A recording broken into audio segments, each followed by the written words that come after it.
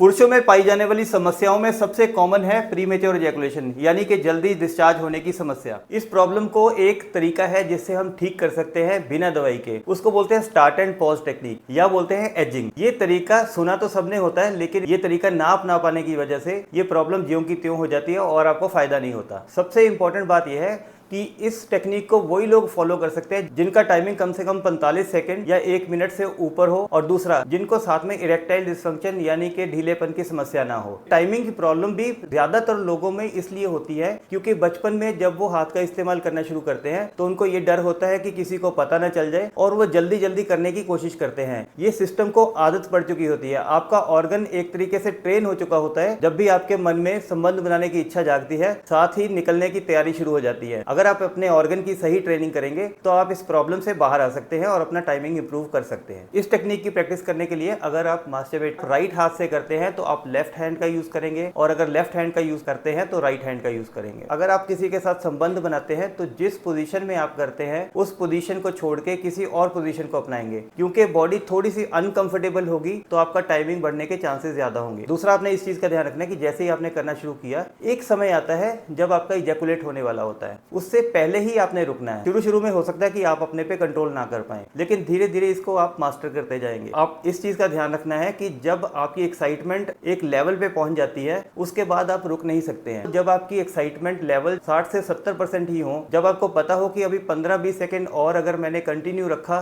तो निकल सकता है, तो आप उससे पहले ही रुक जाएंगे। ये उसी तरीके से है कि जैसे कि कुकर की सीटी बजने वाली है, जो रेगुलर कुकिंग करता है उसको एक आइडिया होता है कि इसके बाद अगर मैंने गैस बंद भी कर दिया तो सीटी बज जाएगी, तो उससे पहले ही आपने रुकना होता है। तो जब आप एक बार रुक जाएंगे, आपका इजैकुलेट नहीं होगा, फिर आप दोबारा से प्रक्रिया शुरू कर देंगे। ऐसे 2 से 3 बार आप प्रक्रिया को कंटिन्यू रखेंगे, उसके बाद ही आप डिस्चार्ज करेंगे। ये कोई ऐसा तरीका नहीं है कि आपको 1-2 दिन में ही रिजल्ट मिलने लगेगा। जब आप ये तरीका 15-20 बार अपनाएंगे, उसके बाद आप देखेंगे कि आपकी टाइमिंग इंप्रूव होनी शुरू हो चुकी है। मैं डॉक्टर मुकुल साल्दी, तेज क्लिनिक करनाल से पिछले 29 वर्षों से मैं पुरुषों से संबंधित समस्याओं का इलाज करता आ रहा हूं। अगर आप मेरे साथ अपना ट्रीटमेंट जर्नी शुरू करना चाहते हैं तो दिए हुए नंबर पर अपॉइंटमेंट लेकर आज ही आप अपना इलाज शुरू करवा सकते हैं।